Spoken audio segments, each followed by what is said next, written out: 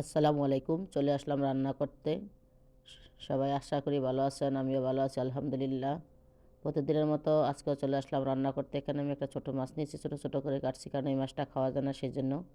এখানে আমি মেয়ের জন্য একটু পুঁসা ভাজলাম, এখানে মাছের মাথা ভাজলাম। দেখি আজকে কী রান্না করি। এখানে সেই মাছটা ভেজে তারপর একটু ভুনা করলাম। একটু মানে অর্ধেক টমাটো আর পেঁয়াজ তা তো কতটি হয়ে গেছে। যদি এই মাছটা আমার ঘরে পছন্দ না তারপরে ফালাই দিমু, সেই হিসাবে রান্না করা মনে হয় খাওয়া যাইব না। ছোটো মেয়ে পছন্দ করে। এদিকে আমি পাতিলে পেঁয়াজটা ভেজে হলুদ মরিচ দিয়ে আমি একটু খিচুড়ি রান্না করব।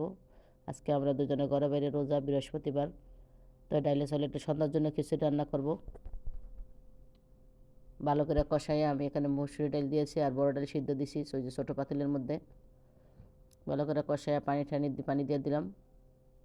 এদের একটু ভাজা করি পর আসলে রোজার দিন আসলে, রোজা যদিও আসে না তো আজকে রোজার মতোই, বৃহস্পতি শুক্রবার 2 দিন রোজা। তো একদম রোজার মতোই লাগতেছে আর কাজও আমি আগাইতে পারতাছি না। এখানে আমি অল্প করে পেঁয়াজ ভেজে নিলাম। পেঁয়াজ ভাজার পরে এখানে আমি আবার নিচে কিছু পাতাকপি আর আলু করে গসিয়ে তারপরে ডিম দিয়ে ভাজবো।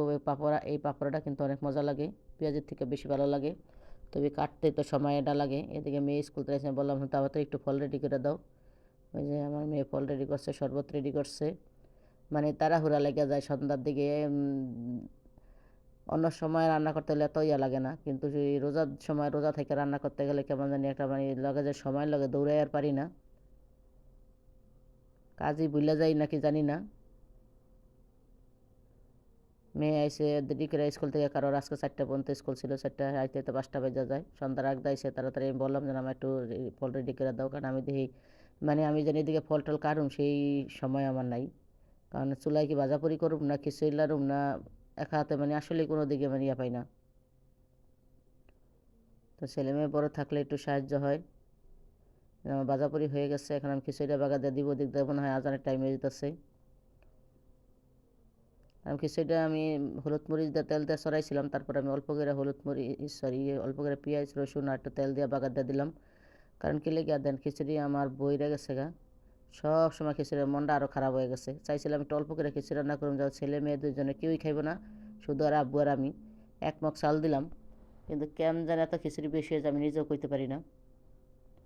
আমি অল্প করে এই জন্য তেল দিছি, কারণ তেলটা আমি আগে ব্যবহার করছি।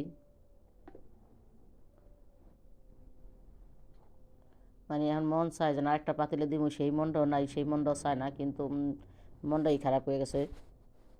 পরে কী করবো, ওই বাগার দিয়ে ওটা ভিতরে একটু দিয়ে এটা ভিতরে ভালো করে তেলটা নেড়ে ছেড়ে তারপর আবার ওটা মিশাই দিছি পরে অবশ্য। কারণ ওই যে আমার আজান দিয়ে দিছে, তাড়াতাড়ি একটু পানি নিয়ে শরবত নিয়ে নামাজ পড়ে চলে আসলাম। এই যে খাওয়ার জন্য রাব্বু আর আমি নিয়ে আসছি। যারা আমার এতক্ষণ সাথে আসছিলেন সবাইকে অসংখ্য অসংখ্য ধন্যবাদ। আর যারা ইউটিউব থেকে দেখছেন চ্যানেল সাবস্ক্রাইব করে পাশে থাকবেন। আল্লাহ হাফেজ সবাইকে।